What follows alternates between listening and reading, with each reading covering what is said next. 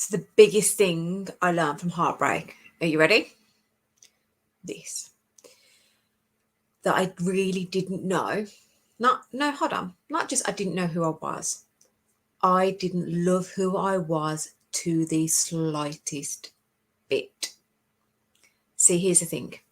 If you are going through heartbreak right now, if you are going through the turmoil, you're going through a breakup, maybe you're in a bad relationship, here's the thing. No one can treat us badly without our consent.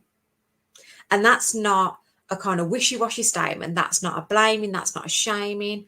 The reality is, for so many of us, for so many amazing women, how we are now raised, and that's not a dig at parents. What I mean is how the societies, the conformities, the things that are pushed upon us, they shape how we believe we can be treated. They shape literally whether we believe we can have an amazing career and an amazing love life, whether it means that we can be transition from being a single mom into having an amazing family, blended family, whether it's basically a shame game. That's kind of what we're going around doing. And when we've been through toxic relationships, when we've been through abusive relationships, they kind of linger. What you don't heal stays with you. What you don't heal repeats. Like, it will keep coming back in another way, showing up in a different way.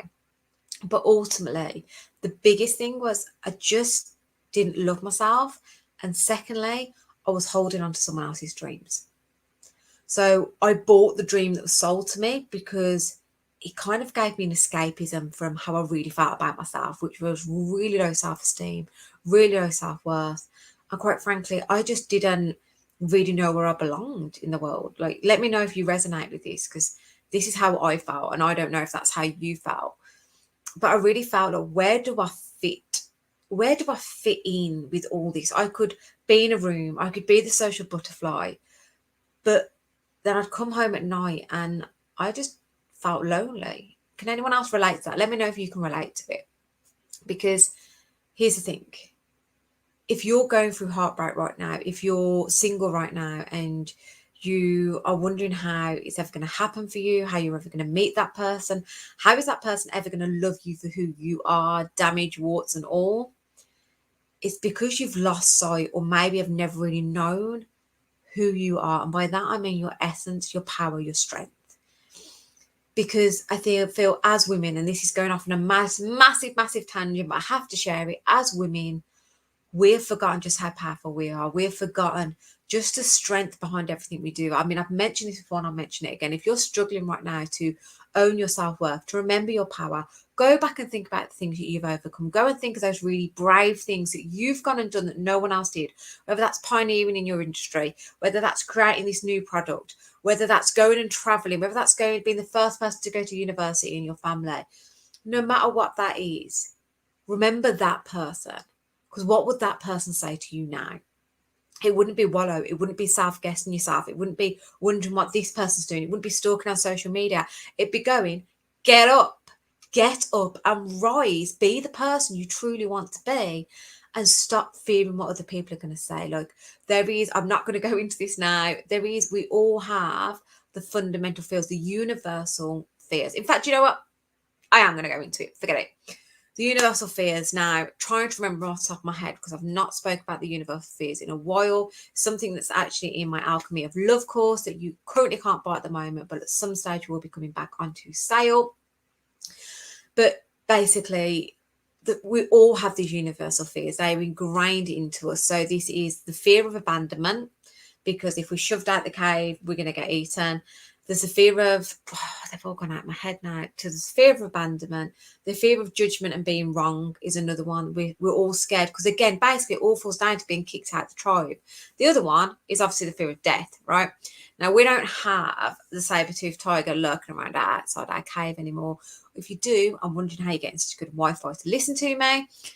But it's that fear. It's all fear driven, the fear of death. So again, we don't want to do anything that throws us out of the cave. Now, that is the real brief side of it. I have a full training on that to help you understand what your driven fear is. So for me, one of my fears was isolation. So you can imagine, when I got left in heartbreak, all of a sudden, no clue, nothing. I didn't even get done to my actual face. Yeah. Like, and I was literally just left to mop everything up, to sort packages out, and by packages I mean transitioning our stuff from one house to the other, sorting out our savings. Literally just had to do it all at a distance and with minimal communication, just cold silence. Like literally was deafening. The silence was deafening.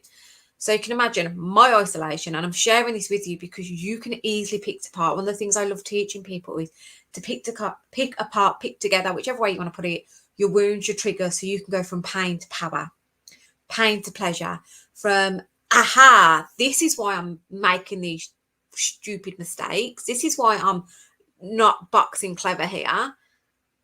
And this is why I now can, because I understand it's a fear, it's a belief, it's something holding me back that doesn't need to hold me back. Like there is so much power in you understanding yourselves. Like there is so much power in you knowing what your wounds are, because we're scared. We're scared to look at our wounds because it's the unknown, it's scary. And that's what I really do recommend. Therapists, coaches, anyone that can help you unpick that quicker.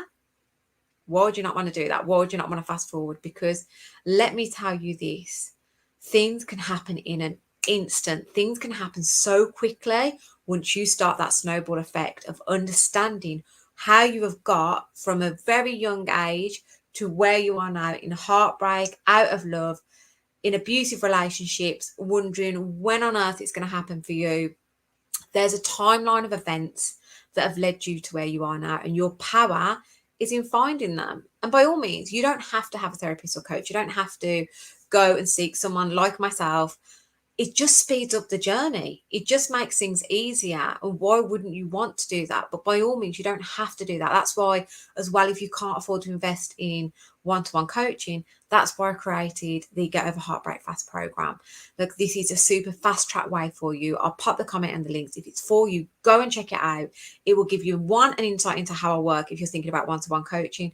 But secondly, it is jam-packed with things for you to fast forward. It includes meditations, includes a brilliant forgiveness training, which is really intense, by the way, really good, really power packed, which I use in my life even now going forward. These are tools that on every level, you've heard the saying, every level is a new devil. Every level catapults me even higher, even in regards to my own relationships and the depth of the own love within my home, within my family, within the love with me and my fiance. These are things that we do to deepen our relationship, because there's always something, there's always a new level that you can go to, and you haven't experienced that yet. And that's something that I truly want you to experience, because before I wrap this up, the one thing I really did think when I was in heartbreak was that I'd lost the love of my life. I really did think that my heart would never heal. And I see a lot of people's hearts not heal, by the way, because they don't do the work. But I actually thought I knew what love was. And let me tell you, someone that breaks your heart isn't true love. It isn't happiness. It isn't the magic that you deserve and desire. That's out there waiting for you. This was a lesson. So it's time to learn from it. Go learn from your lesson. Go out and create the amazing life that you truly desire. I am sending you so much love. This turned into a much longer, much longer video than I anticipated it to be. But I'm sending